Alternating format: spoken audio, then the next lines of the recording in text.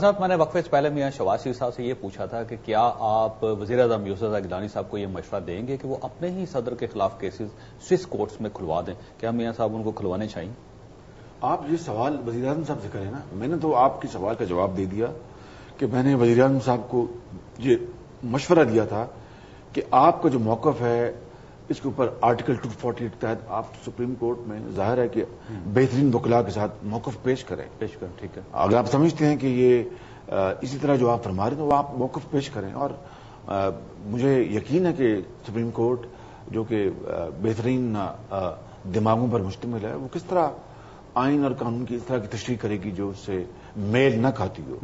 لیکن یہ بات لازم ہے، ہمارے خلاف بھی عدلیہ نے ایک سے زیادہ فیصلے کیے ہیں. ہم نے تو کبھی شور نہیں کیا. میں آپ کو ایک سے زیادہ میں باتیں فیصلے گنوا سکتا ہوں، لاہور ہائی کورٹ کے، سپریم کورٹ کے. لیکن اگر آپ عدلیہ کی آپ توقیر نہیں کریں گے تو پھر معاشرہ کس طرح عدل و انصاف پر مبنی ہوگا؟ کس طرح انصاف جو ہے وہ فروغ پائے گا؟ یہ ممکن نہیں ہے. صدر صاحب کو کٹہرے میں کھڑا ہونا چاہیے.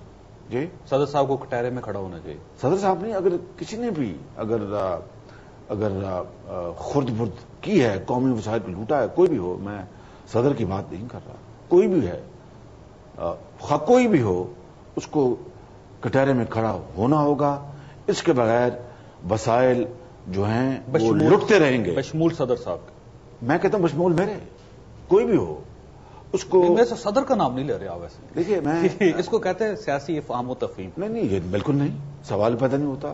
آپ مجھ سے صدر صاحب کے بارے میں کوئی ڈائریکٹ سوال پوچھ کے دیکھیں، میں اس کو جواب دوں گا. لیکن میں وہ چونکہ کیسز ان کے عدالت میں چل رہے ہیں. صدر صاحب نے کرپشن کی تھی؟ یقیناً یہ جو سوئس بینکس میں جو پیسہ پڑا ہے $60 ملین جو بھی ہے وہ کرپشن کا پیسہ، اس ملک کا پیسہ ہے.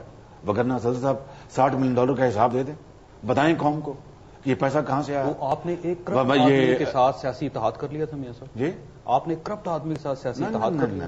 یہ آپ دیکھیے نا، آپ بات کو دوسری طرف لے کے جا رہے ہیں. ہم نے اس ملک کے اندر 10 سال بعد جمہوریت آئی.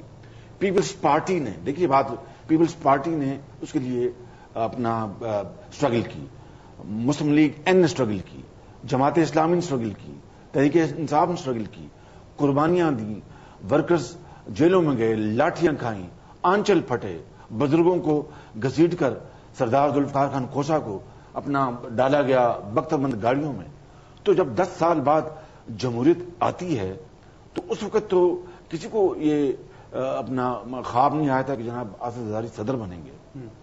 لیکن وقت تو تھے نا، آپ نے کہا کہ کیسے سارے. دیکھیے پھر بات، جب ہمارا اتحاد ہوا اور ہم نے یہاں پر گورنمنٹ بنائی، آصف زرداری اس وقت صدر نہیں تھے، وہ صدر بعد میں بنے. اور ہم نے ان کے خلاف ان کے خلاف کینڈیڈیٹ پٹ کیا. کرپٹ تو تھے اس وقت. ہم نے ان کے خلاف کینڈیڈیٹ پٹ کیا. میں نے ان سے اس بات سے کب انکار کیا. لیکن کہنے کا مقصد یہ ہے کہ وہ جو کرپشن کے اوپر فیصلہ آپ نے، میں نے تو نہیں دینا، عدالت نہیں دینا. لیکن میں یہ بات کہنے کو تیار ہوں کہ $60 ملین سوئس کورٹس میں جو پڑا ہے وہ اس ملک کی لوٹی ہوئی دولت ہے. اور خالی یہی نہیں، اربوں خربوں کے جو قرض معاف کروائے گئے ہیں، اور اس کے باوجود بھی غریب تر ہو گیا. جنہوں نے قرض معاف کروائے سیاسی بنیادوں پر، وہ غریب نہیں ہوئے، وہ امیر سے امیر تر ہو گئے. دیکھیے الٹی گنگا بہ رہی ہے. کس طرح اس ملک کے خون پسینے کی کمائی کو اپنا لوٹا گیا. اور آج بھی ہم خاموش تماشائی بنے، اور آج بھی ہم ہوش کے ناخن نہ لیں اور سیدھی راہ اختیار نہ کریں تو پھر اگر اللہ نہ کرے کوئی حادثہ ہوگا تو قصور کسی اور کا نہیں ہوگا. آپ کسی اور کو الزام نہیں دے سکیں گے. اچھا میرے ساتھ جب بھی کرپشن کی بات کی جاتی ہے، میں بالکل میں آپ سے اتفاق کرتا ہوں، میں معافی چاہتا ہوں، آپ سے قطع کلامی کر رہا ہوں آپ کی. لیکن جب بھی کرپشن کی بات کی جاتی ہے تو صرف آصف علی زرداری یا پاکستان پیپلز پارٹی کا نام لیا جاتا ہے. جب آپ کو اتفاق فاؤنڈری کیوں نہیں نظر آتی؟ ہوتا یہ ہے کہ جب بھی آپ لوگ اقتدار میں آتے ہیں، میاں برادران یا آپ کی فیملی، تو اس کی دولت میں اضافہ ہو جاتا ہے ہمیشہ. اور جب آپ لوگ اقتدار سے باہر جاتے ہیں وہی ریونیو نیچے آ جاتا ہے. اور یہ بھی تو ایک کرپشن ہے نا، اس کے اوپر بھی تو دیکھنا چاہیے. یہ بہت آپ نے چپتا ہوا سوال کیا اور میں آپ کا شکر گزار ہوں کہ آپ نے سوال کیا. اور مجھے اس کا اب موقع دیجیے، میں 2-3 منٹ میں اس کا جواب دوں، کیونکہ اب کافی انٹرویو ہو گیا ہے.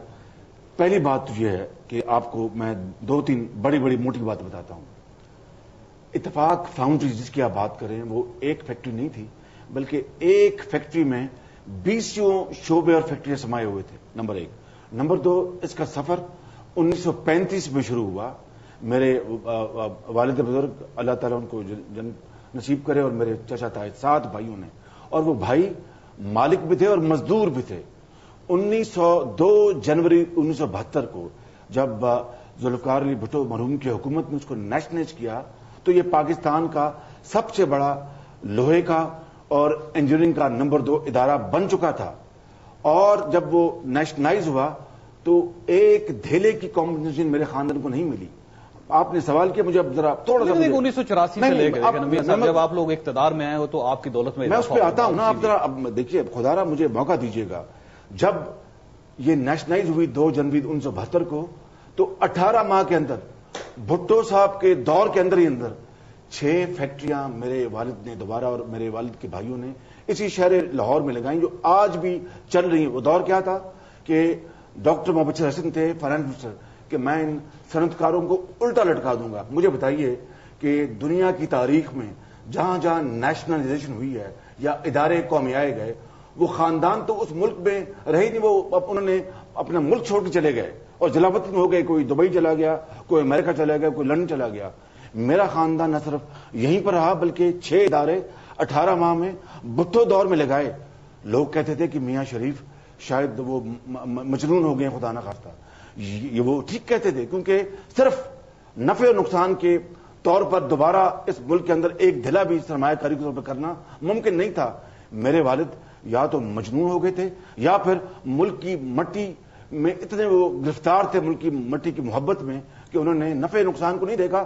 6 فیکٹری لگائیں۔ مجھے بتائیں کہ نواز شریف اور میں تو اس وقت طالب علم تھے، ہمارا سیاست سے دور دور تعلق نہیں تھا۔ جو لوگ یہ الزام لگاتے ہیں، یہ آپ نے جو الزام لگایا کہ زیادہ دور میں لوگ کہتے ہیں، میں نے بریک لینی، بریک لینے کے بعد میں یہیں سے بات سٹارٹ کروں گا ڈیفینیٹلی۔ یہاں پہ ایک چھوٹی سی بریک، اور بریک کے بعد واپس آ رہے ہیں۔